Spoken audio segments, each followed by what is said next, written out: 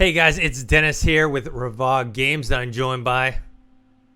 Joshua Weyers, all the way in South Africa. And this is our weekly games podcast talking about the latest and greatest in gaming news.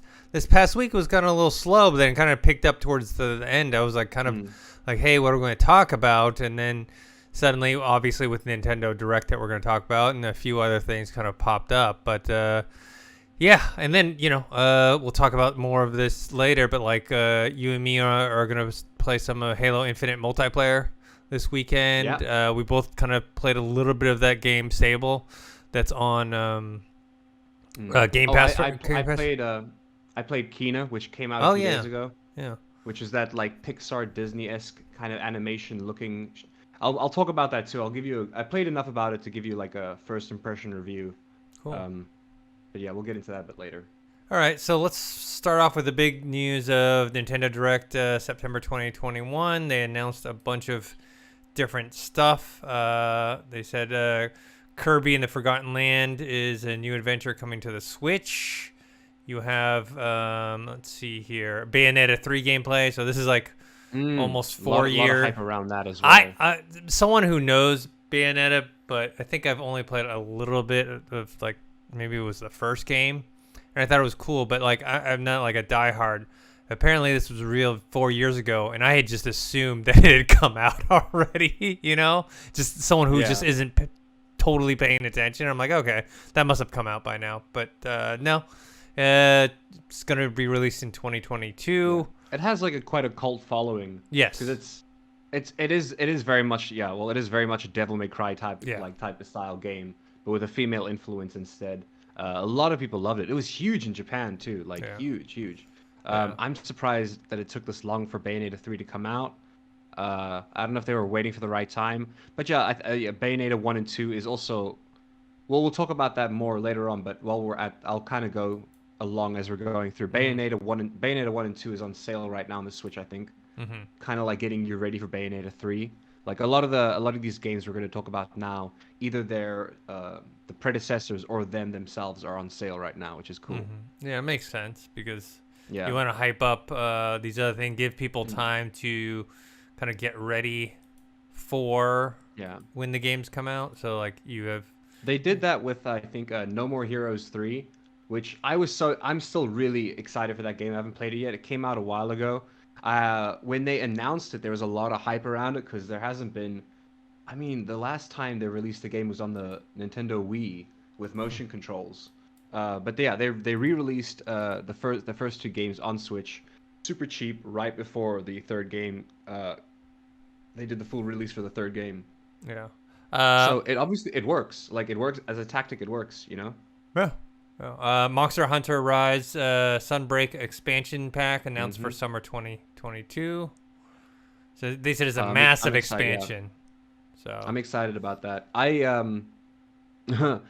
technically got Monster Hunter Rise without even knowing that I got it, because I got the Monster Hunter Rise version of the Switch, and I was like, oh wow, I like that. I want that version of the Switch. I didn't know it came with a copy of the game, which makes sense. Played the game. Very different from other Monster Hunter games I've played. Actually, not very different. The most different Monster Hunter game I've played is Monster Hunter Stories, which Monster Hunter Stories 2 came out recently, which is like a Pokemon version of Monster Hunter, where you literally, it's like Pokemon. You have 6 monsters that you get to train to fight other monsters. It's like the Pokemon version of that world. But this game is different in the sense of you have this when you're doing the character creation. There's a dog. And I'm like, yeah, I can't wait to have this dog follow me around, this cute dog. But the dog's huge, and it's basically your wolf is a mount. You can run around, which is cool because with Monster Hunter, the games are getting bigger, the worlds are getting bigger, the areas are getting bigger, the levels are getting bigger. You need a mount. It takes a long time to walk from one place, like point A to point B. So I'm glad they added that. They've been promising a lot of since the game came out. They promised a lot of free DLC, and we've been getting a lot of free DLC. But yeah, this is the big DLC that everyone's been looking forward to. Yeah, so hopefully they announced Splatoon 3, which has also got a lot of hype around because Splatoon 1 and 2 are very popular, very well received. very fun as well. I haven't gotten the chance to play Splatoon 2 yet, because Splatoon 2 is one of those games they say you gotta get, if you have a Switch, you gotta try it out. At this point, I may as well wait for Splatoon 3, because as far as I know, there's no story. It's just a multiplayer game. You know, it's like Call of Duty. I don't really need to have played the previous ones. You know, I can just Yeah, play the newest yeah, one. yeah. I remember at E3 seeing it there, and it's a party game. You know, it's a Yeah. party game with. I will say that from what I've been told, there is quite a small like esports like league towards this game. Like there are people that it's one of those games where you can play it casually for fun, or if you really wanted to, you can get like quite involved and play the game seriously and competitively. But yeah, fun game. All right. Super Smash Brothers Ultimate Final DLC Fighter will be revealed in early October. There's a lot of hype around this, a lot of October. speculations as well. Yeah. Like I have no idea who it's going to be. Some people are saying maybe it's going to be Sora from Kingdom Hearts. Some people are saying like maybe Goku, which like isn't that far to speculate. Like maybe Goku, sure. Who was it? There was like a couple other people were speculating. One was like more obvious. Oh, Master Chief. I think they were speculating possibly Master Chief. A couple of things. I think it's going to be some. I mean, it's got to be something more related to Nintendo. You know. Yeah. Let's But see. yeah, people are hyped about that. Animal Crossing is getting its own direct in October. That's interesting. They're gonna have their own dedicated direct. That's because people have been wondering, is the game ever gonna get DLC? Like it's one of the biggest games on the Switch. How has it not had DLC yet? You know what I mean? So it's about time. And like I think they're gonna do some really adorable type of event for this. You know what I mean? During the pandemic, a lot of some of the podcasters that I watched, they moved a lot of their podcasts onto like Animal Crossing, and they would do their shows in Animal Crossing, which was quite cute. So I have a feeling that this event they're gonna do, maybe they'll do the event in Animal Crossing and make it like really cute and stuff. That'll be nice. But yeah, it's been about time, man. People have been wanting some Animal Crossing DLC for a while. Like it's crazy to think we're almost at the end of 2021. You know what I mean? Like the game's been out for a bit longer than you think it is. And it was huge during the pandemic. I mean, people were biggest game. picking it. Yeah, and people were just. That's why the Switch was sold out for so long. People were just buying the Switch and playing Animal Crossing, like. Yeah. Kind of to. It's also one of those games where after having, I wish I never. I don't want to say I wish I never spent the money on it, but I wish I demoed the game first. It's just not for me. Ah, interesting. It's very. I can see how it's good for like anxiety and casual, but for me, it's like it's just a little too casual. And I do love casual games, but this is just a little too casual for me. It's weird because I actually enjoyed the Animal Crossing mobile game more than the actual Animal Crossing game. It's I think it's because the first thing I had to do is I had to actually wait like a day for my house. Like an actual day. Like I had to turn my Switch off, go to sleep, wake up, pick up my Switch the next day, and they're like, "Hey, you have a home now." They had to like build my house, or like it was yeah, and not for me. But yeah, I get the hype though. I can see the hype. Yeah. Mario Party Superstars. There's gonna be the return of I'm Woody excited Woods. for, Dennis. Yoshi's I Tropical actually Island already Horrorland. pre-ordered this. Okay, it's launching on October 29th. I pre-ordered it. I pre-ordered it a while ago, actually. A lot of these games you could pre-order a while ago, but they weren't really like trailers or anything. Like I think this is the first time we've had a trailer. But it's Mario Party. Like I don't care. They don't have to advertise Mario Party, man. It's Mario Party. It is what it is. As long as there's new mini games. Yeah, they're including the classic levels or the maps. Yeah, which I think is going to be great because that was my biggest issue with Mario Party, the most recent one. I was playing it with a friend and they got loads of mini games, but there's only four. Well, there's four maps, and after a while you unlock like the fifth hidden map, but only like 5 stages. You play through that real quick. Like if you treat it like a board game, which is basically what it is. You're bored of that board game, you know, after one summer vacation. You know, you played it all with your family. You're not really gonna play it again. So I think going for the route of having more maps, I think it gives the game more longevity. You know what I mean? Which I think is smart. Yeah. I'm really excited for that. That's one of the games I've actually already dropped money on, so I'm looking forward to that. Here's one that like maybe not in I guess maybe in the gaming world, but this kind of was all the kind of If this is what I think it is, then yeah, craziness yesterday was so they had Miyamoto come out and announce the cast and release date for the Super Mario Brothers movie. So, okay, this is an animated movie, so that kind of tempered some of my reaction to it, but it is an animated movie. It's coming out next year, December 21st, 2022. So they announced the cast, and they have Chris Pratt playing Mario, Anya Taylor-Joy as Peach, Charlie Day as Luigi, Jack Black as Bowser, and Keegan-Michael Key, Seth Rogen. Seth Rogen will play Donkey Kong. They didn't say who's Keegan-Michael Key playing it. They just say his name. Yeah, they don't say who he's playing. Look, out of all that, the only thing that makes sense to me is Seth Rogen doing Donkey Kong. Just because I feel like he would, like, I don't know, he's got a good... Here's the thing, Seth Rogen has a really good voice for animations. He just does. That's one of the things. Chris Pratt's got an okay voice for animations, but, like, how are your two, like Italian plumbers? They're gonna sound like they're just gonna sound like they're from California. You know, you can't have that. Like, because I don't know if they're gonna... Do you think they're gonna do the accent, or do you think they're just gonna be... I don't know, but it says Charles Martinet, who does Mario's voice, is going to appear in the movie as well. Yeah. So, but he's actually a sweet old man. Have you seen him before? Yeah, I saw him in person at E3 because everyone was crowding him. Like, he was walking the floor of E3. He's like a really sweet old man. And everyone's running and taking pictures with him. Yeah, so. he's really friendly. I like that. Like, that's nice.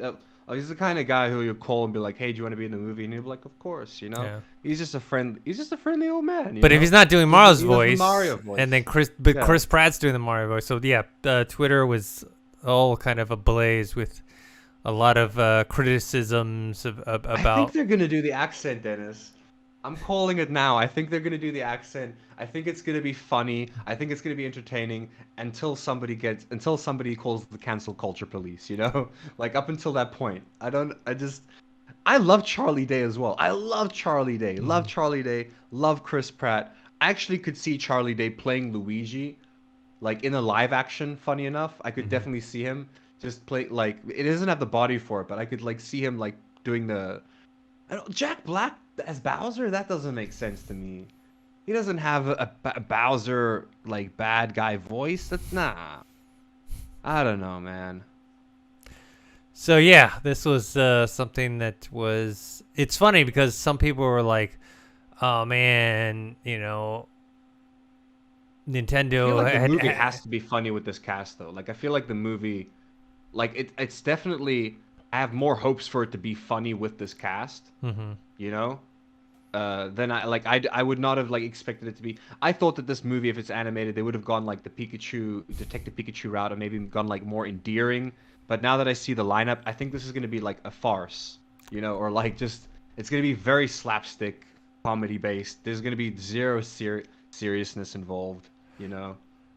But what's interesting is people on the internet were like going crazy, going like, "How could they do this?" But you have to know Nintendo signed off on this. Remember, like all the stuff that we talked about Nintendo, like once they heard, oh, there was a leak about this or that, or like they've poo-pooed a lot of ideas. They've killed a lot of things that involve their properties. There's no way they didn't sign off on this. You know what I mean? Like, oh yeah. Why would Miyamoto come out and announce it? Yeah. Everybody attached to this is a huge name. Like, it would make more sense for them to use, like, for instance, just an Italian guy. Like, if he's gonna do, if they need to do the accent, it would make more sense to have an Italian guy. You know, like they're probably gonna add a bit of realism to it, which is why I can still see Chris Pratt and Charlie Day. They're probably gonna do the accent, but like very subtle, and still put a lot more of themselves into it. But I don't know. But it makes sense. The studio, Nintendo doesn't want to take risks. Studios don't want to take risks. You know, nobody's gonna hire. They know that these big names are gonna sell the movie, even in countries where they're not gonna listen to the English dub. You know, I mean, you saw that with like Kung Fu Panda 3. Jack Black had to travel to Japan and China for all the press release. And it's like they're not going to even hear his voice. Yeah. But he had to do all the press release because they were like, "Oh my God, just Jack Black is attached to it. We got to watch the movie," you know.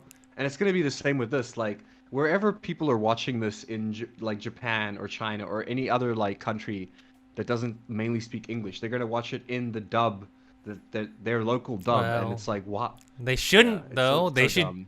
They should do what we're trying to do here is make people watch subtitles. I know a lot of Yeah. Americans are against subtitles, but it's way better. I think everyone should have, even if you're watching an English movie, you should have subtitles. Like it's just good for clarity. Like it doesn't like some like look, hell, sometimes I'm watching BBC and thank God that there are fucking subtitles, you know what I mean? When like some dude from Wales starts talking, some Welshman, like it's I don't understand people like having this stigma against subtitles. It just makes it easier for you to understand it, whether it's in a foreign language or not. And you get used to it. Like really, like people are just lazy and afraid of it. Like after like I swear to God, you watch one foreign series and read subtitles, it's your brain will like be wired to just be used to it. Like you'll be used to it. I'd rather have like the more authentic performance. Like I said, with the Ghost of Tsushima, like I played that whole game. Nothing against, like I said, nothing against the English speaking voice actors, but I wanted to hear it in Japanese because this takes place. It took place in It what was was it like? definitely a lot more immersive. And also, Yeah. here's the thing. I think the Japanese voice cast did a much better job in Ghost of Tsushima than the English voice cast, even though the English voice cast are the only ones that are lip synced up because it was originally done in English. It was not originally done in Japanese. But I don't know. I just think foreign voice actor artists work harder, in my opinion. Like they just do. Like well, specifically like the Japanese voice actors, in my opinion, they are so committed and like dramatic to like the work that they do. Like it's I don't know. Like if you had to ask like a Japanese voice actor to die to like make the sounds of them dying, they'll commit so hard to that. You know what I mean? You ask some dude, some English dude to do it, and he's just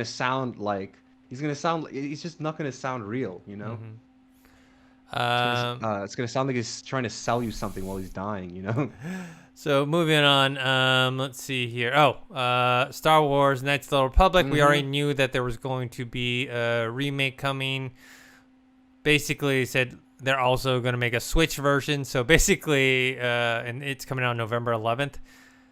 Basically, Xbox is the only one not getting it. So it's coming out for PlayStation, it's coming out for the PC, and it's coming out for Nintendo Switch.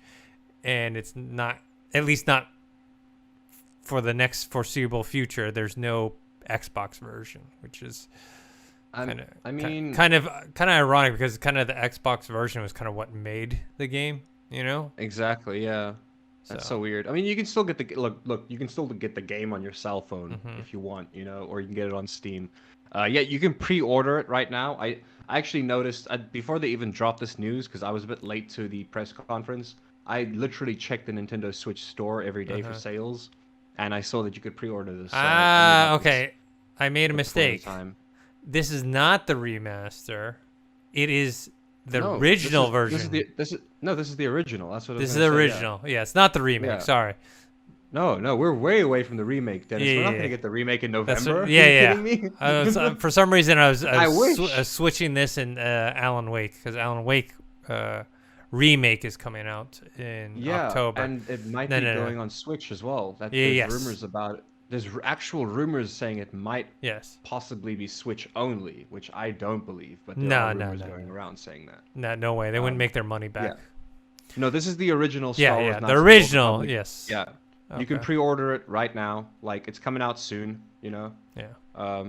Yeah, it makes sense because it's like I'm assuming when the remake does come out, like I'm assuming there'll be a Switch port, for the OLED version of the Switch or whatever Switch is out the year that game comes out.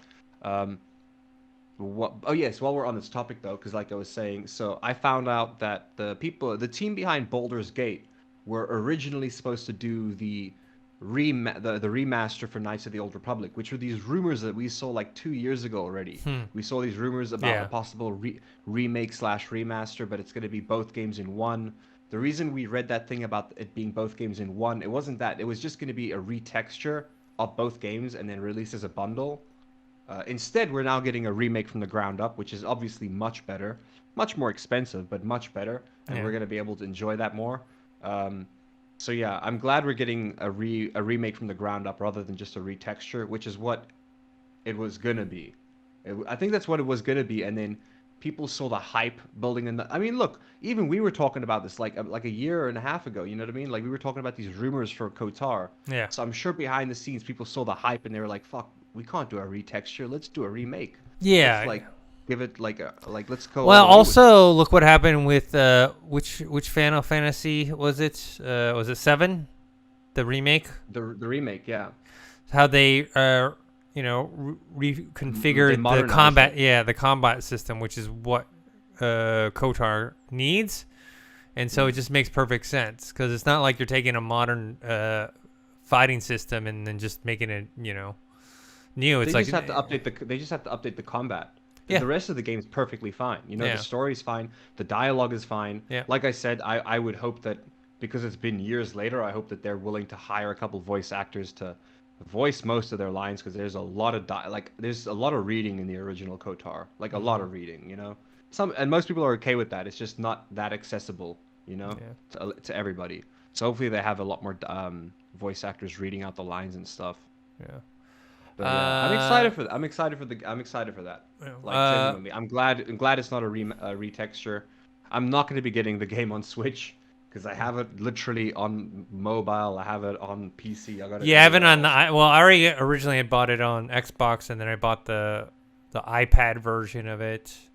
So I'm gonna get the I got the Steam version and the Android version. Yeah. Yeah, so I'll begin the PC version. Metroid Dread gets an extended story trailer. It's coming on October 8th. So this is. Are you gonna get Metroid Dread, or is it? I have to, Dennis, because I've never actually gotten the chance to. Because I've never had a Nintendo in my life, so I've never had the chance to. I'd always go to friends. So I've always experienced things like Smash Bros. Or Mario Party or Mario games because you can play them with friends. I've never played a Metroid game before in my life. I think maybe on the Game Boy years ago, but I feel like I owe it to myself. So I think I'm gonna get it. Yeah. Okay. Like just because I owe it to myself. Like I hope I'm gonna be so sad if like I get into this. I get this game and it's the first Metroid that's ever like really really bad. Or people hate it. But I like it. I like these.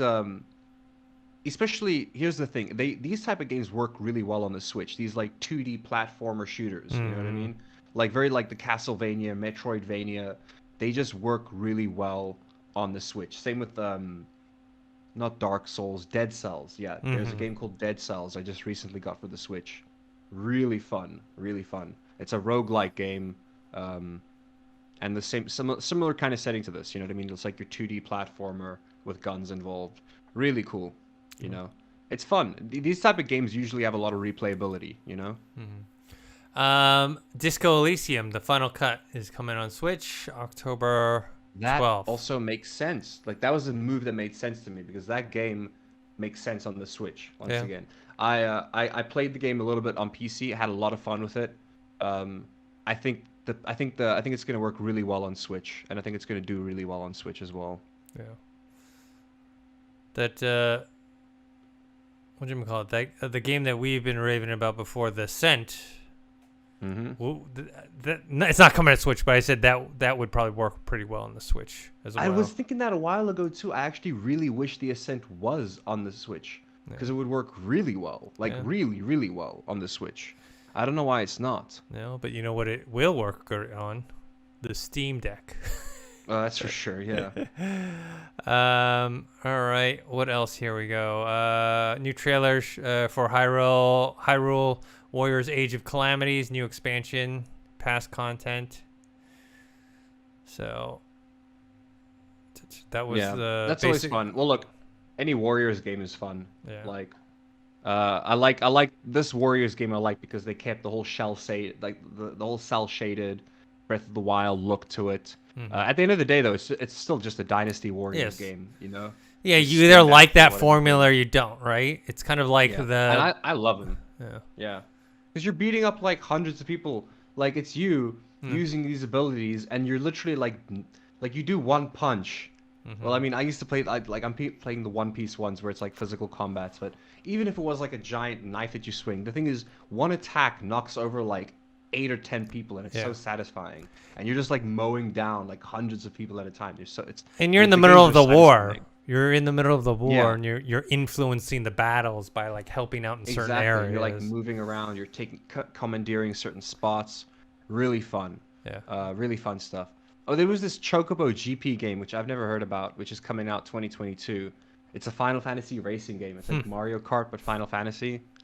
Weird. It's interesting. It looks adorable. Yeah.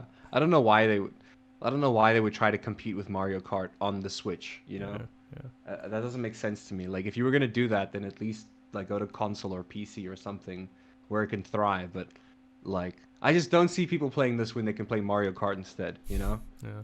Wait, hold on.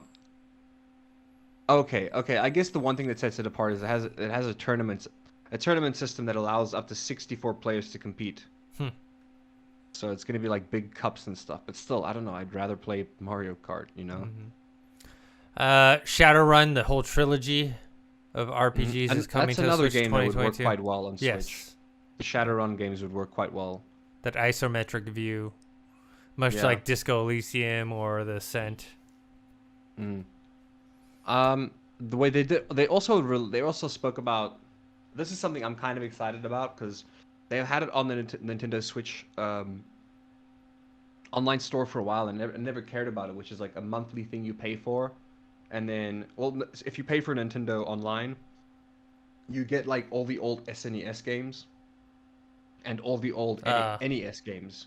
And I love there's a lot of SNES games that I'll play with my friends because they're like really good co-op games you can just play whenever.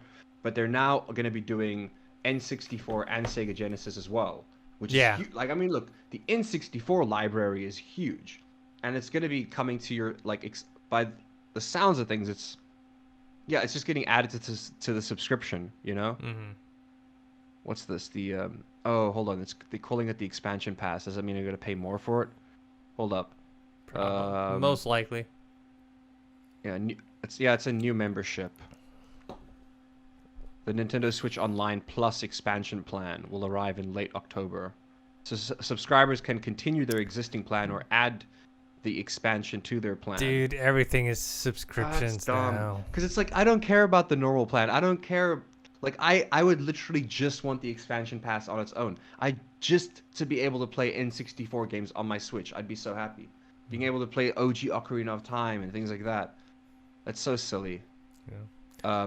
N64 games available is going to be Mario Kart 64, Super Mario 64, Star Fox 64, Yoshi's Story, Ocarina of Time, like I said, Dr. Mario 64, Sin and Punishment, Mario Tennis 64, Win Back Covert Operations. There's a couple of Genesis games as well. Golden Axe sticks out the most. Castlevania Bloodlines, Contra, Phantasy Star 4. I didn't know Phantasy Star was that old. Damn. Sonic the Hedgehog 2. A couple other things. But yeah, it's cool, but like, it sucks that it's like it's gonna be an extra. Most likely by the looks of things, it's gonna be an extra fee.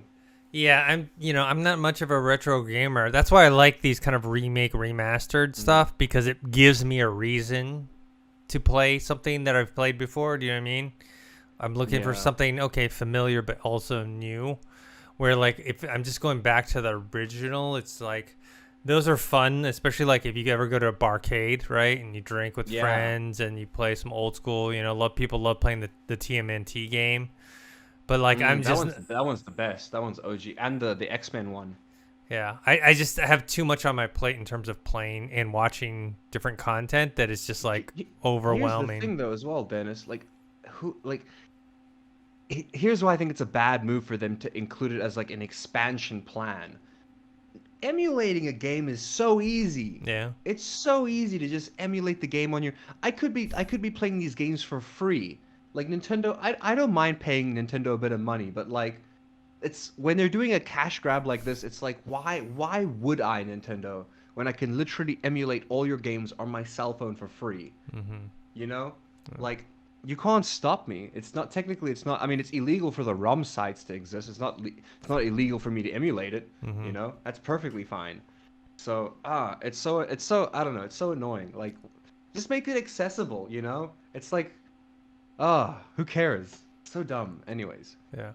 All right. Nintendo is very archaic. Yeah. I'll leave it at that. They're very archaic in their business plans and the way they talk and stuff like that. Yeah. The way they work their plans out.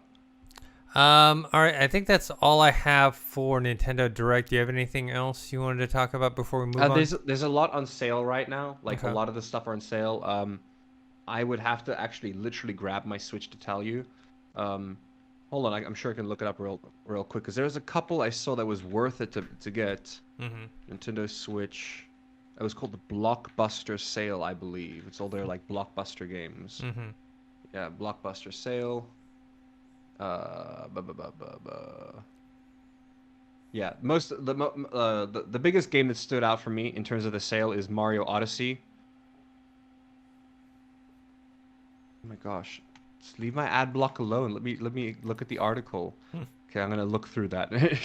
Legend of Zelda: Link's Awakening is on sale. Splatoon 2 is on sale because obviously they just announced Splatoon 3. Like I said, a lot of the sequels announced in Nintendo Switch Direct, their predecessors are on sale right now. Yeah, it's unfortunate I can't get a decent article right now.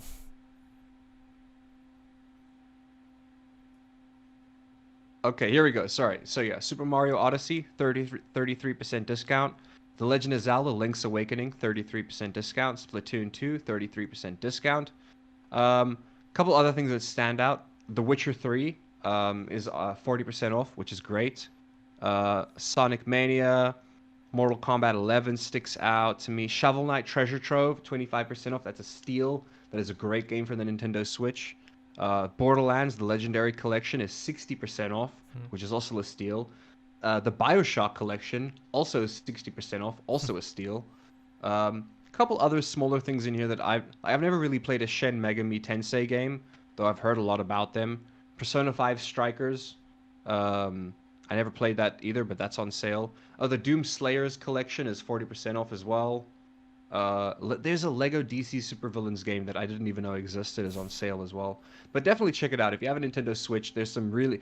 Look, there's always really good sales on the Switch, but they're not always of, like, big budget games, you know, or, like, blockbuster games, if you will. So this is a sale where you're going to want to... Like, I'm 100% going to get Mario Odyssey because I don't think it's going to be on sale again for a long time. Even though the game's not, like, pretty old, you know? But that's all I got about the Nintendo Direct event. All right, cool.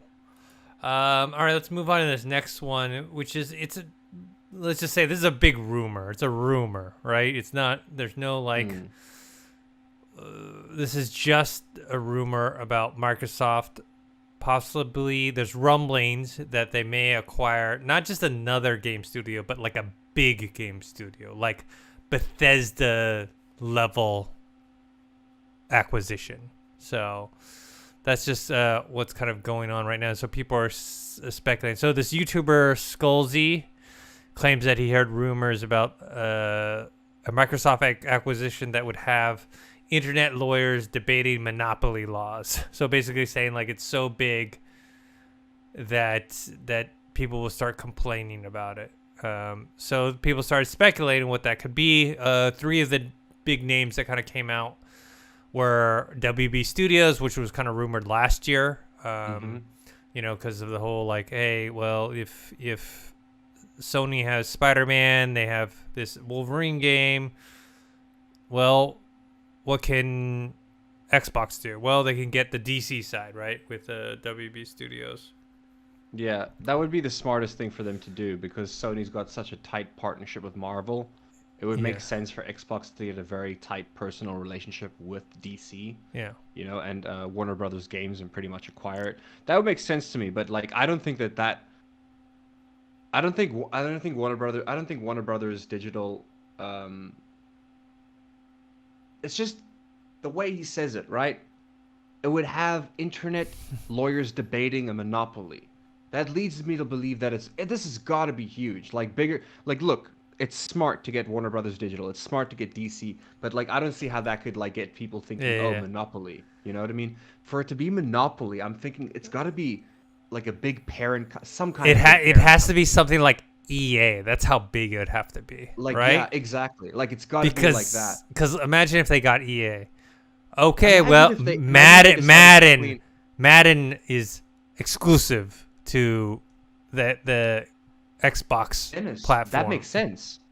Think about it. EA is already integrated into Game Pass, so Yeah, that's a good guess. yeah. EA is not. If this is a real rumor, EA is a good guess. EA makes sense to me. You know, Warner Brothers Digital, that's a smaller acquisition in comparison. You know, Yeah. EA is a big jump. I mean, that's a much better guess than what I had. I was thinking, hey, now that Blizzard and Activision are falling apart, now would be the time to steal them. You know, but at the same time, I guess if you have that much money, you don't want to get involved with a company that's getting sued by California Yeah, itself. and also, You know? even though, they, at least on the Blizzard side, they makes, these big games, but these games come out once in a long while, versus, EA pumps out a game every year, man. well, I mean, Like EA they has pump so out many like multiple studios. sports series. They have They so pump many out multiple sports games a year as well. And that sports money is big money, man. That FIFA money, those microtransactions, that's big money, dude. Yeah. Like that's big money, yeah. Yeah. Like yeah, I could see. Oh, I can see why they're like. See now, like the term like debating monopoly laws makes sense to me because if it's EA, then it really is a case of like then they're gonna start cornering the gaming subscription market. You know what I mean? Wow. So Wow. the other names that were thrown out were like Sega, which I didn't think was big enough to warrant that kind of response, right? As much as I love Sega, like I love Sega too, but what do they have that they can sell at the moment besides Sonic, Yeah, Sega has a lot of IP, but they don't actually have like a lot of big games. You know what I mean? You know who is good at keeping their IP alive? Capcom. Like I feel like Sega should have taken like they should have learned a bit from Capcom in terms of keeping their like just their IPs alive. Like Sega kept Sonic.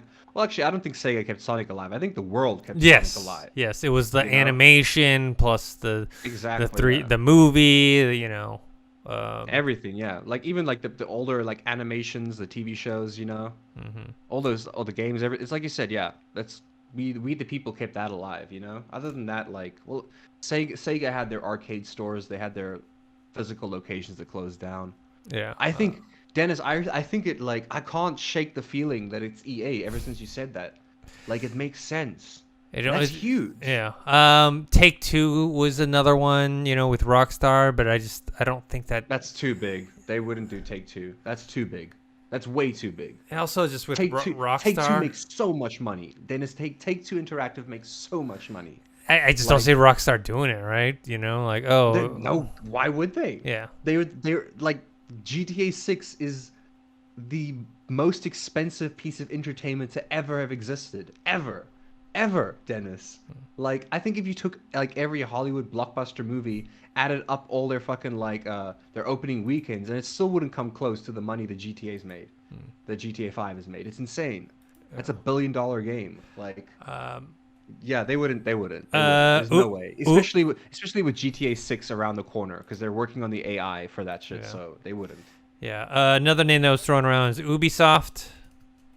That could also be a potential thing. Yeah. Look, the reason why I say that could also be a potential thing is because Ubisoft has also got a subscription service, and theirs is horrible. Like it's actual trash. Not that look, the deal is good. Like it's not about the money. It's about the actual.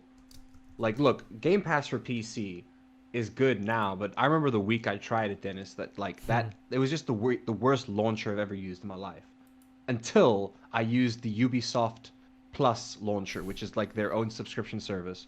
And I only had it for a month so I could play the latest Assassin's Creed, and I did. I enjoyed it. Not as much as the previous installment, because I just like ancient Greece more as a setting than Vikings. I prefer that more. But yeah, it was a horrible service. So like that would make sense to me too, because the thing is, it's like those are big games, but it's still a small library. Like Ubisoft has quite a small library in comparison to other studios like EA. The reason EA can have EA Play is because it has a lot. It's a worthwhile subscription service to get EA Play. The Ubisoft Plus or Ubisoft Connect or whatever the hell it's called, it's not worth it. The library is so small. It is not worth it for anybody to get that, So I could see Ubisoft making a deal, I could see them making a deal because I think they know that the future is going to be subscription-based services for video games. That is going to be the future. And right now they're doing better than other studios because they actually have a subscription service, but it's really not good. Yeah. They either need to like double the amount of games they have, or they need to make a deal with somebody like Microsoft, Also, alternatively, they could go to Netflix, but yeah. who knows? Yeah, I don't know. I think you're right about EA. EA sounds like I don't know. That would make sense to me. I just would. Then again, EA is not exactly looking to sell either, because they're also always making money, just off of like FIFA. And every other game could bomb, and they'd still make their millions off of FIFA. Yeah. I don't know. Once again, it's interesting because it's just a rumor. Yeah, it's a rumor, and also some of these don't like even as big as Capcom is, like acquiring Capcom's not going to really help. I mean, it's going to help a little with Game Pass and Microsoft and exclusivity, but it's not the same, right? You need to get something that has like big implications, right? You're talking Ubisoft or Ubisoft, EA, right. Yeah. Obviously Take-Two, but that's probably never going to happen, Yeah. Square Enix has a big connection with Sony, you know what I mean? They're tightly they're very close. I would say I think Ubisoft is more likely than EA, but EA would be the big move. That would be the big move if they could pull that off. But I think it would be more likely to be acquiring Ubisoft, just because I don't know. I feel like they must be valued less than EA, in terms of like how much the entire company's worth. Yeah. So yeah, like you mentioned, it's just a rumor. What's not a rumor is this next thing, which is that Respawn is not working. Is not working on a Titanfall 3. There have been a lot of rumors that, like, remember there was like leaks of like, ooh, here's a Titanfall 3 like cover art and it's in the works or whatever. But apparently, it's just more Apex stuff, I think. Yeah. Titanfall community coordinator said Respawn is unlikely to make Titanfall 3 or new content for Titanfall 2 as the studio is working on too many other games at the moment. And, it's unfortunate, Titanfall was a pretty awesome game. It's, it spawned the universe that Apex Legends is based off of. But they kind of responded again because they saw how sad people are and said, who knows what the future holds. They kind of like were like, they didn't want to sour people and say, look, it's never going to happen. They just want to like let people know, look. They said Titanfall is the very core of our DNA. Who knows what the future holds? So they just. Well, look, they're contract locked for Jedi Knight, right? Jedi Order, Fallen, or is it? Jedi Knight, Fallen Order, or not Jedi Knight. Why am I blanking on it? Why am I also blanking on it right now? It's Jedi Fallen Order, right? Yeah, Jedi. Yeah, Jedi Fallen Order. Yeah. Jedi Knight was that, which was a great game, but EA confirmed it was the start of a new franchise. So that being said, and also they set up the game for a sequel. If you finish the game, it's like obvious that they set it up for a sequel. Yeah. So most likely their contract, they're locked into a contract where they have to make the sequel for this game, even if they're not talking about it right now. And there's no leaks. I promise you, they're probably working on it. Or at least like the pre development. For sure.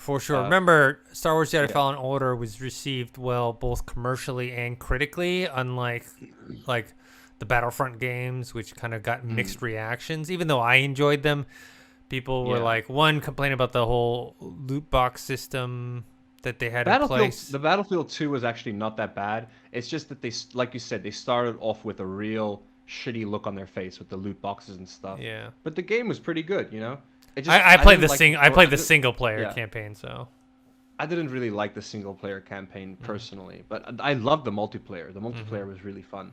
But I was craving that in-depth story, and which I got that from Jedi Fallen Order. Right? I got that story. I loved it. So they're gonna work on that, and then obviously they have to continue to put all their focus on Apex, which is their money. Their That's money their maker, bread. yeah. That's their bread, man. And So remember, they're making a yeah, new IP that's like rumored. It's not rumored. We speculated that it was probably going to be some sort of third person action adventure similar to Jedi Fallen Order, and that they were going to pull BioWare, which BioWare had taken what they had done with KOTOR, Knights of the Old Republic, and just changed it into massive. They didn't change it. Obviously, they built a whole new universe. But what I'm saying, they took the template. That's what I mean to say. Yeah. They took the template, what they built with Knights of the Old Republic, and then used that template to create a brand new franchise that they owned with Mass Effect. And I feel like that's what Respawn is doing. They're going to take the template they made with Jedi Fallen Order and create something on their own. I think so too. That's exactly what I think they're gonna do. It's either going to be that, which is what we originally speculated, but now I have other speculations, which is that I think that they would. It's also possible that they do a third-person shooter. Yeah. Which is not something that they're known for, but after the success of Jedi Fallen Order, which was third-person, and then they are really good with gun mechanics if you look at Apex and Titanfall, so maybe they'll try to merge those two kind of things, you know? Mm-hmm. But hopefully not, because I don't know, like. I just think there's too many freaking shooter games out there at the moment. Like, there's always a case, but it's like, I don't know. I hope it's not the case of like that. Yeah. All right, let's move on. This one's a small thing, but just kind of cool. Neil Druckmann looks like he's going to be directing some of the episodes of the Last of Us HBO series. I mean, he is the writer and creative director and creator of Last of Us, but obviously directing video games or animated movies is different than directing live action. Obviously, there's some crossover in terms of skill set and experience, but it is a different experience. But he's listed in a production list as one of the 5 directors for the first season. So looks like he is heavily involved in this, and he will kind of try his hand at live action directing, which is cool to see. Honestly, I'm actually happy for him. Mm-hmm. Genuinely. Not a lot of people get the opportunity to be able to direct a TV show of like a high caliber, you know?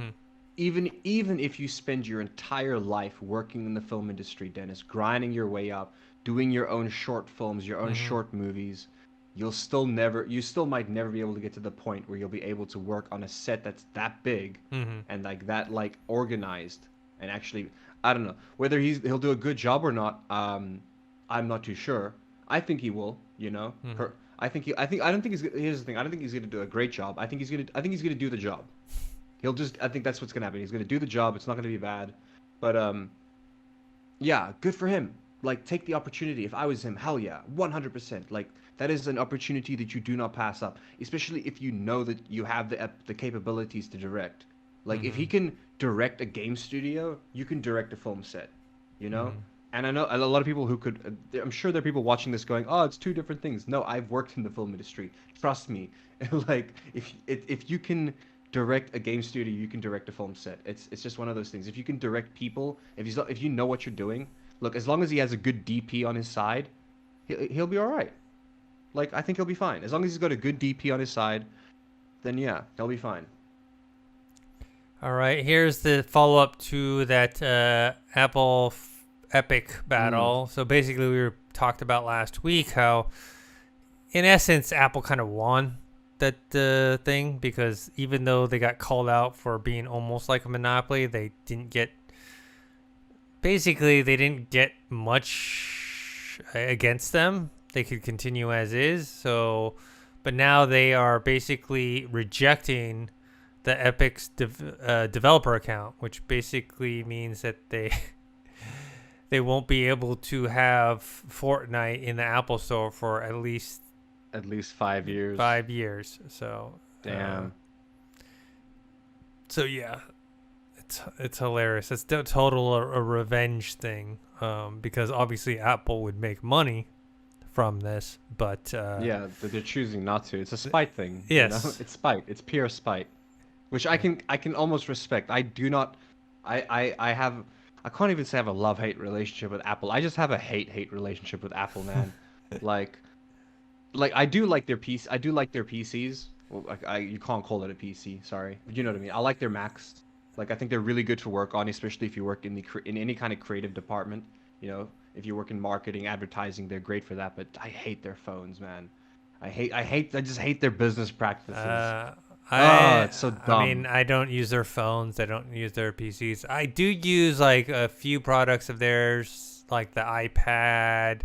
Um, Look, I ha they're like AirPods are decent. They're yeah, overpriced, but they're good. Like yeah, certain things they do well, like headsets and stuff like niche things they do pretty well. yeah. I don't But they use it. really like lock you out. Yeah, I They don't use lock you anything out of that anything. I don't use anything that is like more of a driver in terms of like phone or desktop. But accessories, and yeah, that's fine. Yeah, they do Um, solid accessories, but yeah, the other stuff it's just too like I get for normal people who cares? It's a phone, it's phones, you know what I mean? mhm. But for someone like me that wants to jailbreak their phone and do all sorts of stuff with it, I can't use an Apple, you know? All right, here's the next thing. Let's just kind of random. Saw this Wukong Feathers. It's kind of like a Souls-like game. I don't know if you took a look at this. It had 18 minutes of gameplay. But it looks like I think I saw a trailer for this a while ago actually. Like yeah, I saw a trailer. I haven't seen gameplay. This yeah, it's is a not what I was expecting from the trailer I saw a while ago. yeah, it looks like It's a lot Souls. darker looking. Yeah, Yeah. the trailer I saw was The like graphics aren't as good as I less thought they were gritty. going to be. Yeah. I mean, especially when you're talking about, we're looking at Wukong, Yeah, Black in Myth's comparison, Wukong. yeah. Like, that looks almost, I hate to say it, a generation ahead of this. Yeah. It Uh, doesn't look bad though. Like no, it it doesn't by look no means bad. looks bad. No, it doesn't look bad. But what I mean is It looks current gen. It looks very current gen, in you current gen, know? you mean PS4, Xbox One, Yeah, not like PS4, PS5. yeah. Like, I don't know. No, I mean it's very PS4. There's something stiff about the animations and the models compared to what you've. Yeah, like I'm looking at it now. Like you see, the, I don't think it's that it's stiff. It's that it's like it doesn't seem realistic. Like the way like the feet interact with the ground, it's almost like mhm. the person glides when they walk across. It's almost like they're gliding instead of walking. I see what you mean. I don't know. The animation to me just doesn't look very fluid. It looks a little slow. Like even when she's slicing and dicing, like Yeah, and even like yeah. the enemies, like the wolf. The boss looks kind of cool towards the end of this gameplay. This literally looks like they tried to make their own fucking Wukong. Yeah, yeah. Like even looking at the boss, like it's like they saw Wukong and they're like, oh, we can do this. Yeah. And yeah, sure they did, but like nothing about this is screaming out to me about any kind of originality. You know? Yeah, and It just looks like It just looks like a Chinese Dark Souls. That's all I'm getting. it's supposed to come out in 2024. So, okay, two things about that. One, that gives them time to improve the graphics, right? I mean, Yeah. we don't know anything about the gameplay because we never played, but just graphically, just by that time, right? Right now, we're still kind of in the early stages of this next gen, right? But by that time, it's going to be much further along. So people are going to be kind of more expecting PS5 and Xbox Series X level of graphics. Or, I mean, by that time, remember, right now we're on 3080s, NVIDIA 3080 graphic cards. By that time, what is it going to be? 5050? You know what I mean? Like what 5080s? What are we going to be at So that true. at that point? So yes, they have time to fix it, but at the same time, you cannot like by that time in two and a half years or 3 years, you can't get away with these graphics. No, So no, no. I agree. so I agree. Look, like I said, it's okay right now, but I think you said it best. 4 years from now, when the game comes out, if this is what it still looks like, no one's gonna be playing it. Also, it looks very generic. Like it looks like it could still be fun, but it's like, why would you play this when I guarantee you can get the same feeling from just playing the original Dark Souls, and you can buy it for like $2, at it a flea market or yeah. something, And isn't Wukong coming out at the end of next year or something like that? Supposedly, yeah, What is supposedly. Wukong's date? Wukong Black Myth.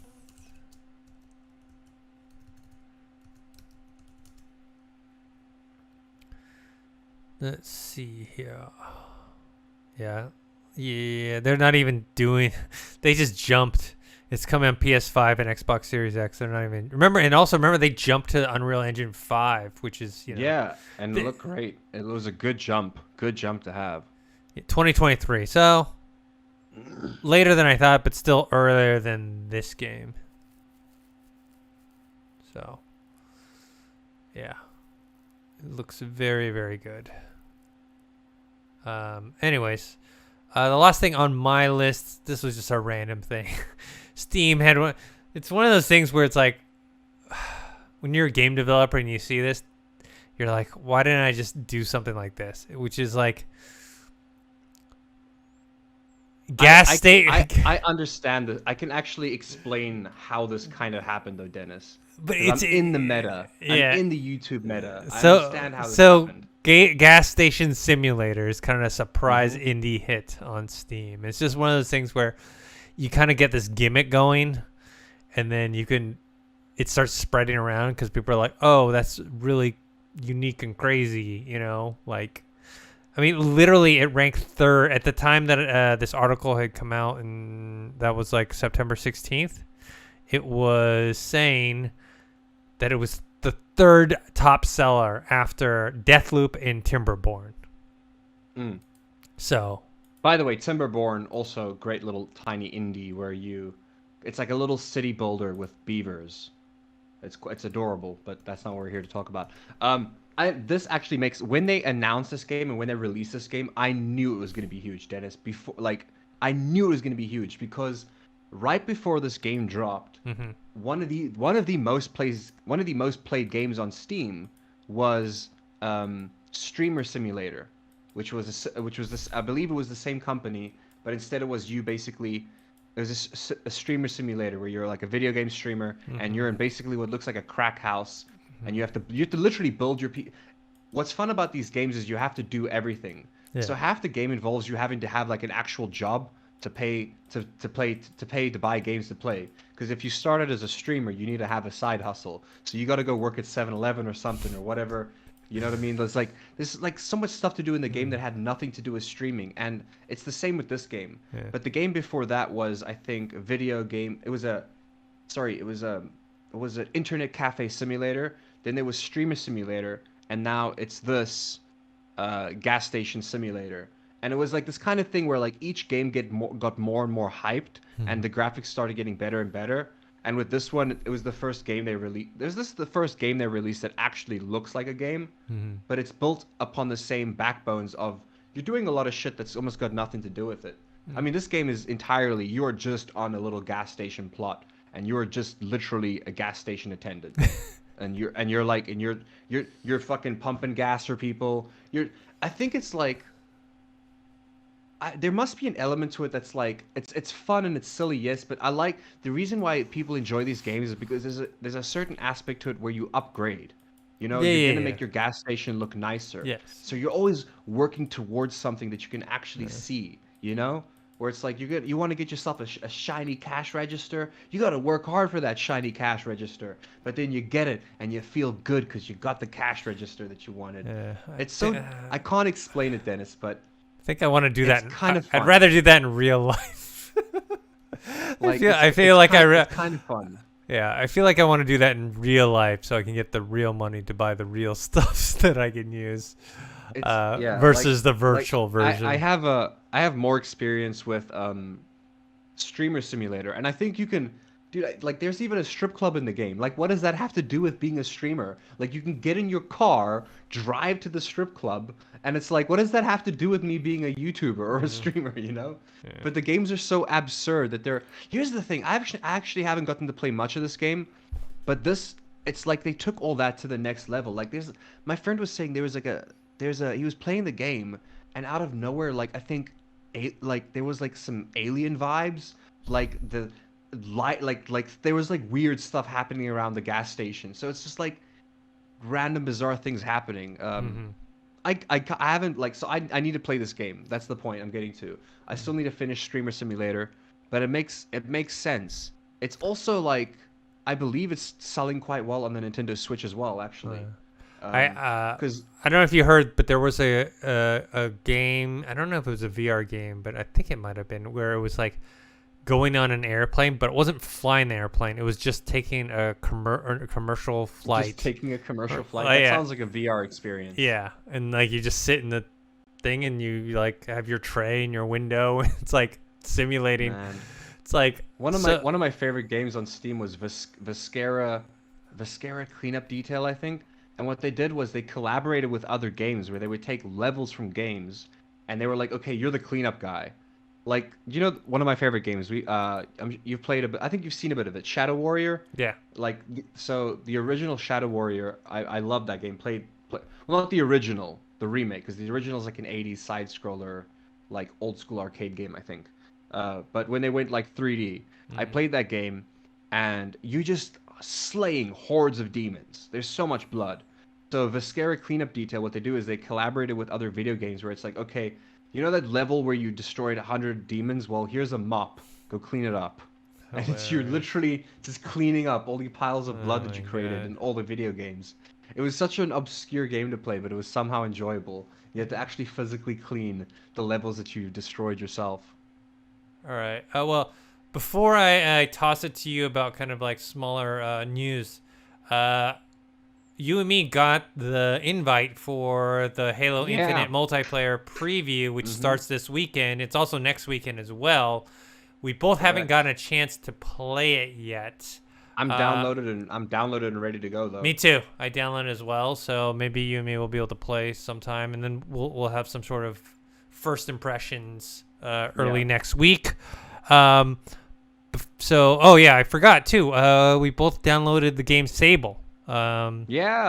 Which is very beautiful, interesting. By the way, it is. It's inspired by that French artist illustrator Mobius. So if you've seen any of Mobius, that makes sense actually. Yeah. Yeah, if you ever see any of his work. The thing I enjoy most about the game is the frame rate. Did you notice it runs at a much lower frame rate on purpose?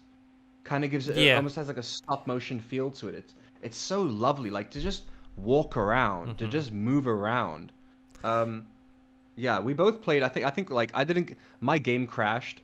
Like, keep in mind the game did just come out. It does have bugs in it. The first time I played it, my controls didn't work at all, and I had to like restart it. So same. Eventually, I got mine working, but then I had issues with the quests. Like when I tried to switch quests, every time I went into my quest menu, the game would just freeze.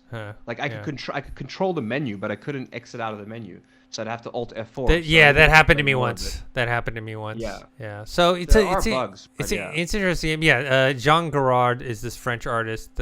He didn't do the art, but if you ever see any of his art, you will know exactly where they took the inspiration from. I mean, the art style is very detailed, but yet outlined version. I mean, man, look at this stuff. Like, if you ever just type in Mobius artist on Google and you look at his art and you'll be like, oh, that's exactly where they took this game's art from. Art style, basically. But the interesting thing about this game, I wanted to ask you, because you had said that you didn't care for animal. Oh wow, yeah, it is. It's 100%. Yeah. It's 100% his art style. Yeah. You said that you didn't really care for Animal Crossing, even though you had said that you had heard people were playing it for their anxiety and it was cool and calming. I feel like there's nothing to do with it. So that's why I want to get your take on Sable, because I kind of got that feeling, that cool, relaxed, calming feeling playing this game, because this game there's no combat. There's zero combat in this game. You never get a gun. You never upgrade your gun. You jump around. Do you ever play Journey? It's a lot like Journey. No, but I've heard a lot like Journey.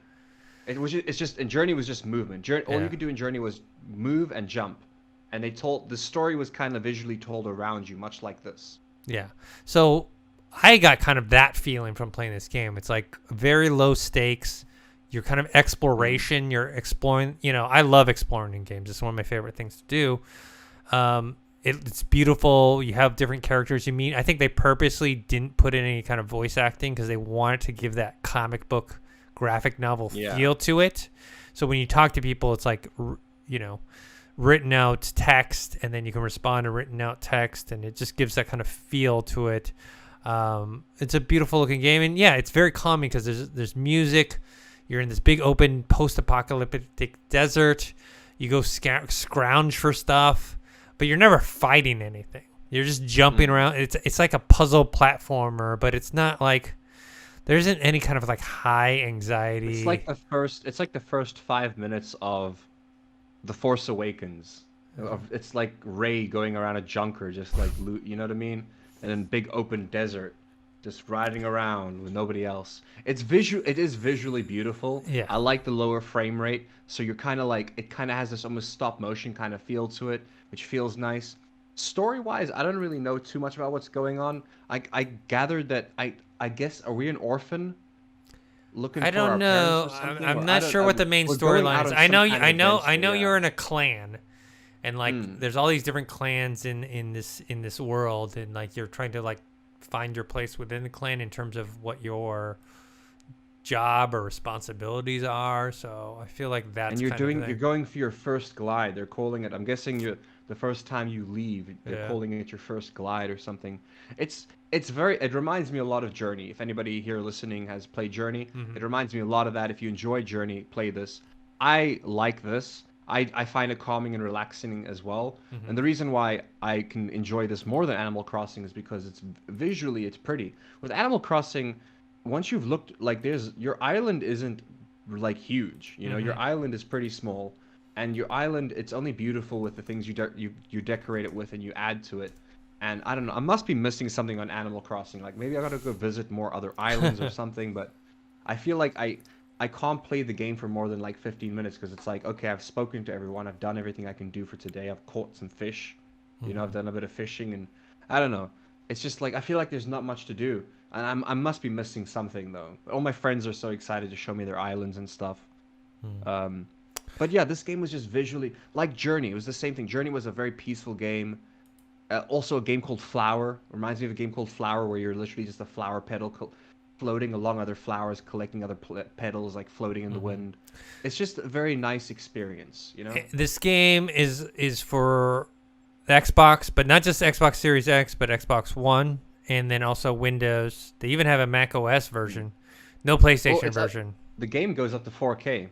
If you have a 4K TV or a 4K screen, the game is all the way up to 4K 60 FPS, which makes sense if you see the art style. Like, that's why it can easily be upscaled. Well, yeah, there's no textures. You know, there's no. I don't know why it was advertised at 60 FPS because it's not going to run at it chooses to not have 60, like it chooses to have like maybe 20 frames on purpose for that feeling. You know. Yeah. You don't need 60 FPS because there's no combat, like you said. It's all movement and motion. So like less frames kind of gives it that like feel of like an old school platformer, you know? Yeah. It has a stamina bar, which reminds me of Legend of Zelda. Like when you're climbing things, there's a stamina bar, so you got to time your climbs, you know? Also when you're sprinting, you got to use your stamina bar for that. The controls for riding around are pretty straightforward and simple. I think maybe there will be combat later on, Dennis, because if you notice when you're riding around on the bike, there's a button you click to go into strafing mode, where you can only move left and right. You can't move forward. You can only move left and right.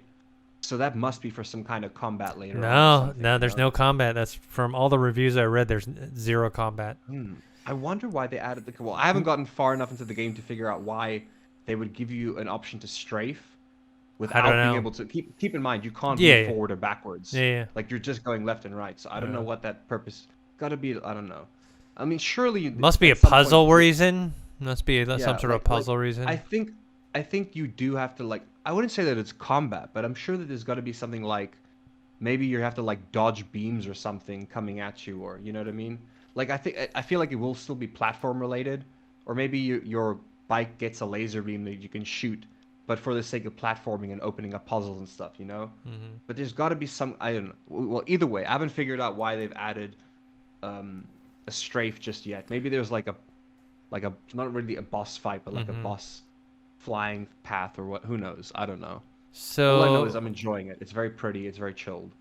So there's a music group. I don't know if it's a group or is it just this lady called Japanese Breakfast that does the game's soundtrack. And the soundtrack is very calming. It's very serene.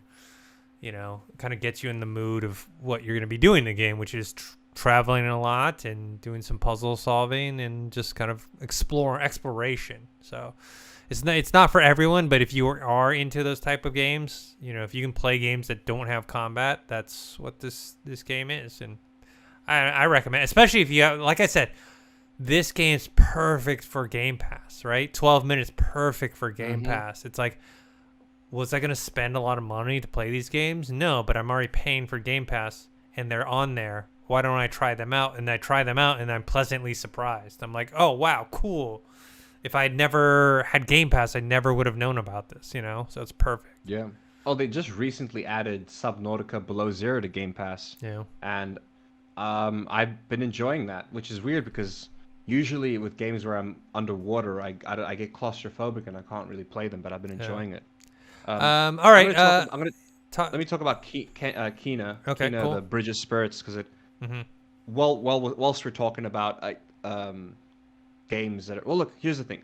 So I played Kena, Bridge of Spirits, which is a game that we've spoken about once or twice, because obviously there's a lot of hype around the reveal. Everyone's like, oh my god, this looks like a Pixar animation, but it's a game, and the game is beautiful, Dennis. The game is absolutely like jaw-droppingly pretty beautiful. And there were moments in the game where I freaked out because I was like, I'm playing a Pixar game. Like, it is, like, when you see the cinematics, Dennis, that is the game. Like, that is, like, okay, they'll change, like, the lighting and stuff for the cinematics. So you can see when it cuts away from the game to the cinematic. But when you're in-game, it feels like you are in a Pixar movie.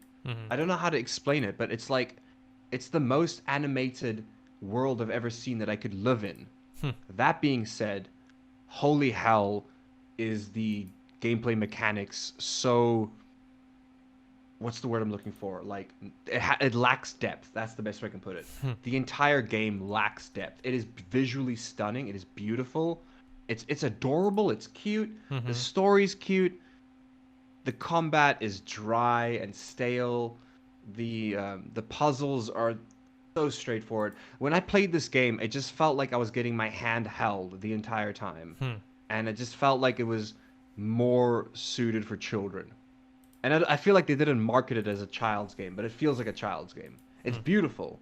I just feel like if I was maybe 13 years old, I'd enjoy it a lot more. Or even maybe younger, If I was 16, I wouldn't enjoy this game because I need edginess in my life, But yeah, I was just so let down. It was a beautiful game. Like, don't get me wrong. Here's the thing. I'm going to continue to play it because it's one of those games where you don't really have to think. You don't really have to do anything, really. You just kind of walk around, and then it's a very linear game as well. Very linear, So it's nice in the sense of it's a very anxiety-reducing game, but at the same time, it just lacks depth. You can, like, eventually you're, like, collecting these spirits, and you're kind of using them to help you do, like, puzzles and stuff, and they're really cute. The combat is just so boring, though. I don't know. Here's the thing. I've seen a lot of reviews for this game, and it seems most people agree with me, where it's like, it's beautiful, but it really lacks depth. It's clear that the people that made these, I think the studio that made this literally has only done animations before this. Like, I think they've done a couple games, but, like, it's clear that, like, they don't do a lot of video games. Like, it's clear that they do more movies than games, because it's beautiful. It feels like you're controlling a movie. It feels like you're literally watching the latest Disney movie, except the controller's in your hand and you get to be the director. That's great. But like I said, that's just the combat. The mechanics are so dry, lacks depth, and it's like you get bored. Even though the game's beautiful, you get bored. Which is interesting because Sable has no combat mechanics. Sable's got barely any mechanics at all. But Sable has something about it. Also, the way it tells the story as well. It doesn't spoon feed you the story. You know what I mean? You kind of gotta go out there and figure it out yourself. Whereas Kena really does feel like a Disney movie for children. Except what platform is this? PlayStation only? I mean, I'm playing it on PC. Okay, because I didn't see it on Steam. No, I'm checking it out on PC. It's not on Game Pass. What is it? Is on the Epic Game Store? I think I got it from Guild of Gamers. I gotta double check now.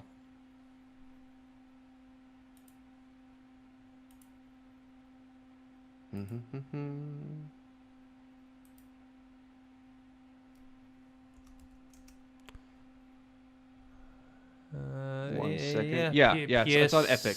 It's on Epic. Yeah, that's no wonder. Yeah, so it is a PS4, PS5 console exclusive.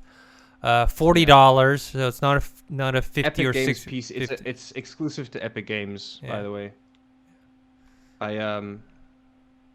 I got it. I actually got it on there for pretty cheap. I got it on there for like, I paid $500, which is like, I want to say, maybe $30. You know,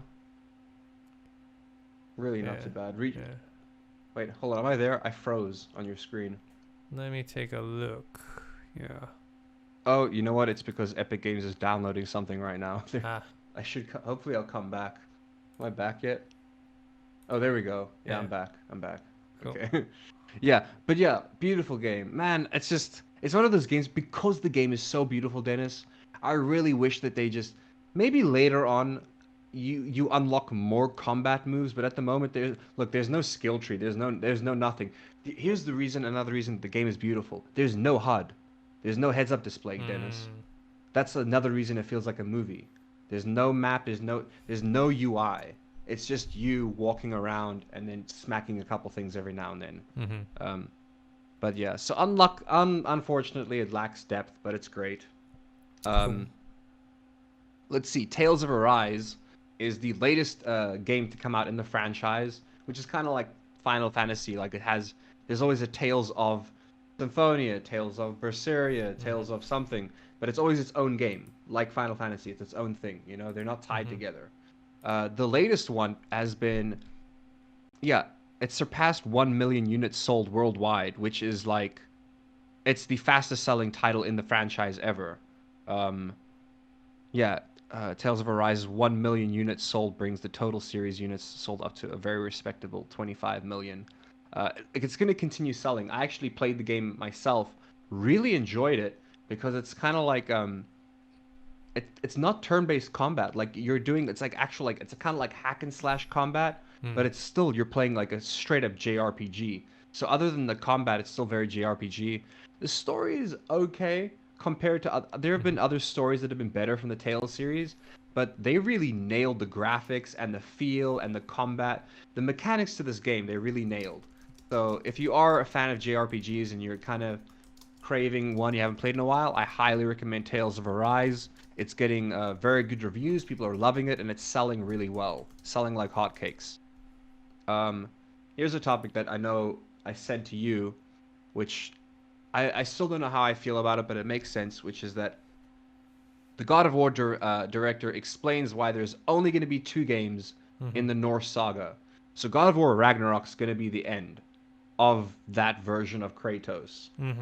So I thought that they would have stayed in Norse mythology much longer, because there's so much more to do, you know? Now, I didn't play the games before the last God of War. What they were using Old Greek. Old Greek, it was right? Old Greek. It was a trilogy, and the trilogy worked out very well, because the first game was like, I am going to kill Zeus, and then 3 games later you finally work your way up to killing Zeus, and you kill him.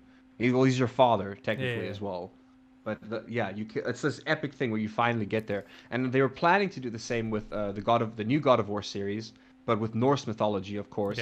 Ending with Kratos eventually like having a fight with Odin. But for them to say that they're finishing it in 2 games means that, yes, we saw that they leaked Thor, but most likely I'm guessing we'll get Odin as well, because they got to wrap up the story. And I get their main it's not that they have a complaint, it's that their main issue is that it takes like 5 years to make a game. So they don't really want to tell a story in 15 years. Like, rather tell a story. Look, telling a story within 10 years is already a long time. 15 years, I get that, you know? But supposedly it's a time-based thing, so... And the way they're wording it, it does sound like they're not cramming it into one game, which would be the worst. That would be the worst if they try to like shove it all into this one game to like finish it up. But they were like, hey, it could work, so let's do that.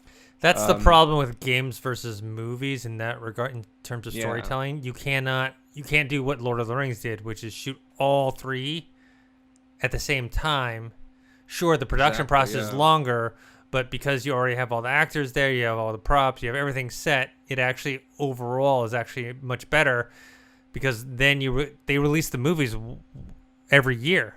So it was like, okay, here's the first one. Here's Fellowship. Okay, here's Two Towers. So every year you got a brand new one, even though obviously it didn't take them 1 year to shoot and edit the movie. It took them longer with everything considered. But you can kind of bulk shoot. Can't do that with gaming. There's no bulk game development. You have to do the work and then finish, and then you know what I mean. You can have ideas and concepts and things that maybe you want for the next one, but you're not working on that because there's so much, there's bugs to fix. There's, DLC. There's, there's just so much that goes into games after release that you just can't really do the same thing. So, yeah, I love it because one of the quotes is like, I kind of want this to happen before my kid goes to college. like he straight up says it. He's like, honestly, like I want to be able to finish the story before my kids go to college. And it's like it feels like it's gonna get to that point, which does make sense. Look, I am just glad it's not an issue of like, oh, we don't have the budget for a third game, or we don't. Oh, they have the budget for the third game. No problem with that. Exactly. So there's gonna be more God of War games. I'm glad it's not like they're being. I'm glad it's their decision. I'm glad they're not being forced to do this. It's their decision to finish the trilogy in 2 games, which instead, I don't know if you put a duology. I don't know what you would even call that. You know what I mean? I mean, it's just a 2-part series. It's just a sequel. It's a two-part series. Yeah. Look, I respect it because it does make sense. It's like God of War 2018, because they said it took 5 years to make that, and they're like, it's gonna take probably 5 years for them to make this one. Which also means that most likely we're only going to get God of War Ragnarok like 2023 by the speculation of the people making it in this article, because they say that they're like it feels like it might take 5 years to make this one, so, which means that's just or at least delayed more, which I had predicted already that because remember they said, well, actually no, they haven't given a we speculated that they would probably say May, but then I speculated on top of that they're going to say May, and then when May comes around, they're going to delay it again until the fall. This might be delayed till 2023. I don't know if it's going to get delayed that long, but I feel like next. I mean, that would be fall, 5 years. Winter, then. Yeah. That would be 5 years to have worked on the game. Yeah. Which is how much I think story-wise, though, probably they had already started working on it before they had released. They have a lot of the resources already. Like they just need to improve on it. Like it's not like they can just take all the resources from God of War 2018 and just make some changes for certain characters. Yes, which they've already done. Nothing wrong with that. Yeah, because people were complaining about the animations. They're like, it's the exact same one. It's like, I love how now that I'm looking at it again, it's some subtle differences. Like his beard is a bit bigger. Like if you're looking at like side by side images, the beard's gotten a bit bigger. Atreus has gotten a bit taller. His hair's gotten a bit shorter. His face is a bit longer instead of more round like a child. Yeah, we'll see if. Yeah, it's one of those things where you can look at this as being like, oh, that's sad news because I wanted a trilogy, or you can be like, hell yeah, I can finish the trilogy in the next game. Like I don't have to wait 10 years to figure out what happens to Odin. You can.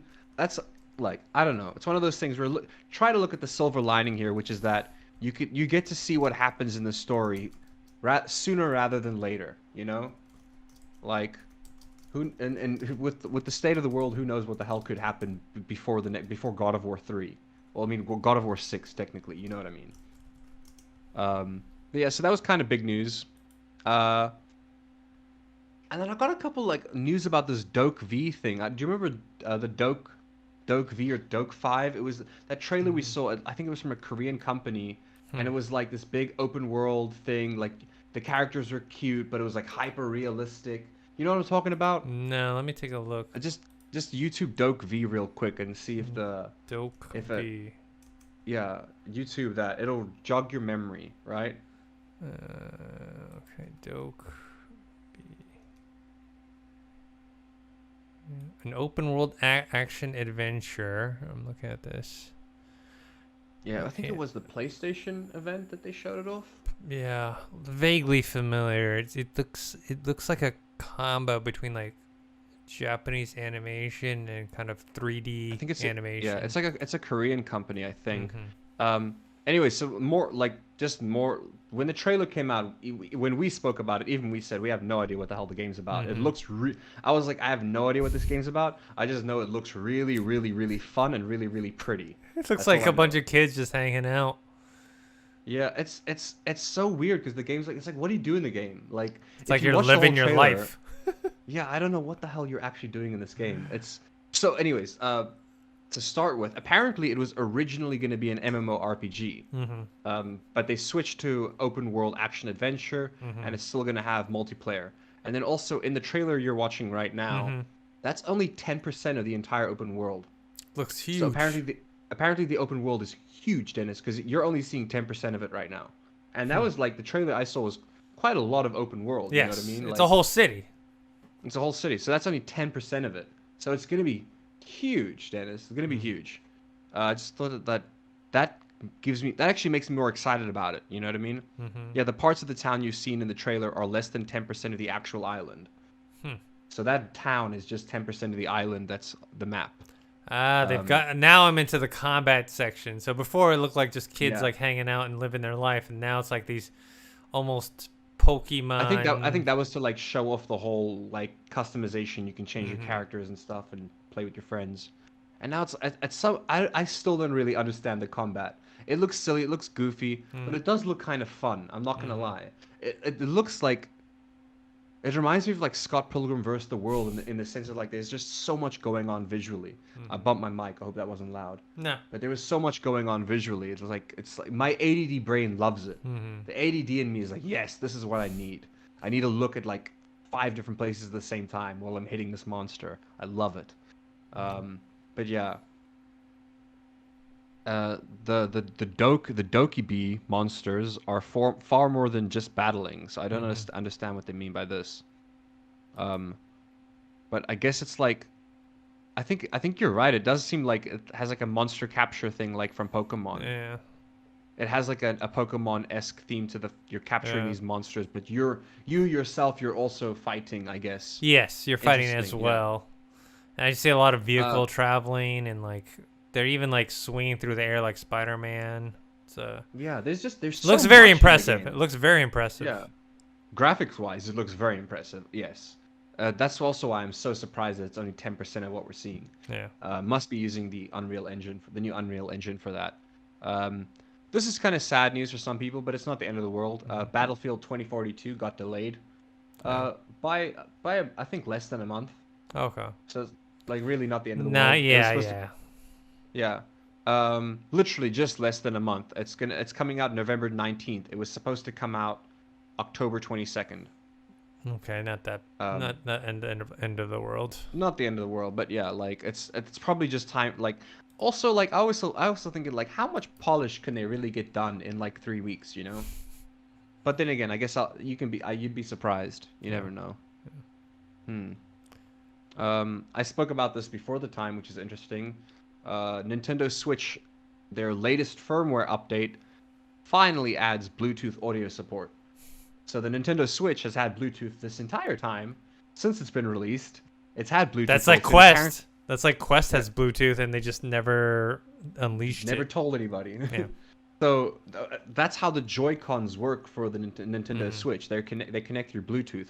I didn't know that. So apparently it's always had Bluetooth, and they just decided to take their sweet ass time to give you Bluetooth audio support. Some people are saying that hey, they're like it's not the best, Mm-hmm. but it's literally better than nothing. I mean, yes, you can plug. There's an audio jack at the bottom of the Nintendo Switch you can plug any headset into. But if you're like, sometimes I play on my monitor, the monitor that I'm using right now. But my monitor doesn't have any audio output. You know what I mean? It Mm-hmm. doesn't even have like a place where I can like plug something in for audio output. So the only way that I can play Switch games on my monitor comfortably is using like AirPods or something. Mm-hmm. So I'm happy that I got a Nintendo Switch like the week they decided to drop this firmware update, Hmm. which is crazy. Just imagine that. Like it took them like a whole year and a half to be like, "Hey, look, you can use Bluetooth headphones." I mean, you probably could have a year ago, but we decided that now you can. Yeah. You know, I don't understand their priority list. It just makes no sense to me. Yeah. Anything yeah, else? I think that's all the bigger stuff I Cool. have. Oh, I tried out that Road 96 game, which is kind of like a choose your own adventure game. I don't think I've But seen like, yeah, it kind of like it got a lot of traction as an indie game. I do highly recommend it, Dennis. that. It's like it reminds me of the Telltale series, but it's it actually reminds me more of those choose your own adventure books that you used to read as a child. You know, turn to page this or that happens. You know, which is like the Telltale games, but you know how the books used to be more Yeah. like how do I explain it? It was just like more connected, or you had a lot more options. What's the word? Complicated, complex. Yeah. A lot more complexity to it. Road 96 has got a lot of complexity to it in terms of the decisions you make. Some of them are weird, some of them are obscure, but basically you're like it takes place in the year 1996, hence the term Road 96, and you're a lost teen. You know, like you'd be on a milk carton somewhere, basically in the 90s. You know, and you're just kind of finding your way, and it's like dealing with stranger dangers and stuff like that. And it's just it's been quite an interesting game so far that I've been playing. I've really been enjoying that. Also, I'm glad you brought up Timberborn because I played a bit of Timberborn, the beta, and I enjoy that. It's a cute little city builder with beavers. And then what else? I have a game I downloaded, but I haven't played it yet. Oh yeah, I have Gas Station Simulator. I bought it. I actually How much haven't was played it? yet, but I think like for me it was nothing. Like I think it was like for me I paid 240 rand, which is must be like $10 or $11. I think it's got to be more than that though in America. It's probably like I can take a look. a $30 game. Yeah. I don't think it's gonna be that much. I don't know. These gimmicky type of games usually Go for like $20. Yeah, because people they like the gimmick, they just don't. You know, here $20. Yeah. Yeah. They're not willing to put that much money into it. Yeah, 20. Oh, I paid less for it, Dennis. I paid 100. I just double checked. I paid 130 rand, which is less than $10. I paid like $8 for it. So hey, I tell you what, living in Africa ain't the best, but at least I get regional pricing. At least I can look forward to that, man. It's like when I got to pay a lot less for Cyberpunk than anyone else. I was very happy. It's like here in the U.S. for UFC pay-per-views, you got to either go to a bar that's showing it and you got to pay cover, or you got to pay for it and then you watch it with other friends. Like in other countries, let's say like in the UK, it's just on BT Sports. You know, like it's on a channel. Exactly. It's just for free. Just there. Yeah. It's just there. That's crazy. Yeah. Man, I can't believe how much I'm literally getting it at like. That, by the way, that's no sale. That's full price. Full price for me was like $9. Yeah. That's crazy, man. Some of the stuff is weird. Like I said, the Kena Bridge of Spirits, which I'm assuming that's a $60 game wherever it is. But I paid, I want to say $40. $40. Okay, yeah, I paid full price, about $30 for that game. Yeah. I'm looking at Sable right now. It's $24.99 if you don't have Game Pass. Ooh. So it's if you don't have Game Pass, I think that's a bit steep for the game if you don't like that. I feel like it should be in that $20 range that we're talking about. 12 minutes should have been in, you know. Yeah, $20 is a perfect amount for that game. Yeah. So, but it's got very positive reviews. We like it. I'm gonna play more of it, but we're gonna play some more Halo. Or we're gonna start playing some Halo Infinite multiplayer. And we'll report back to you guys next week. Make sure to subscribe to this YouTube channel, youtube.com/Revog. You can follow me on Twitter @ThinkHero. You can follow the Revog channel at twitter.com/Revog. Subscribe to our Spotify or our Anchor.fm podcast, weekly podcast. Josh, where can people find you? You guys can find me on Twitch at Josh_Toki, where I mainly stream Valorant and other really weird games. Just like I most recently played a game called Last of Waifus, which was like a weird zombie shooter with cute anime girls. I don't know. it was out there, but yeah. Cool. That's where you guys can find me on Twitch. All right. Until next time, we'll see you guys later. See you later.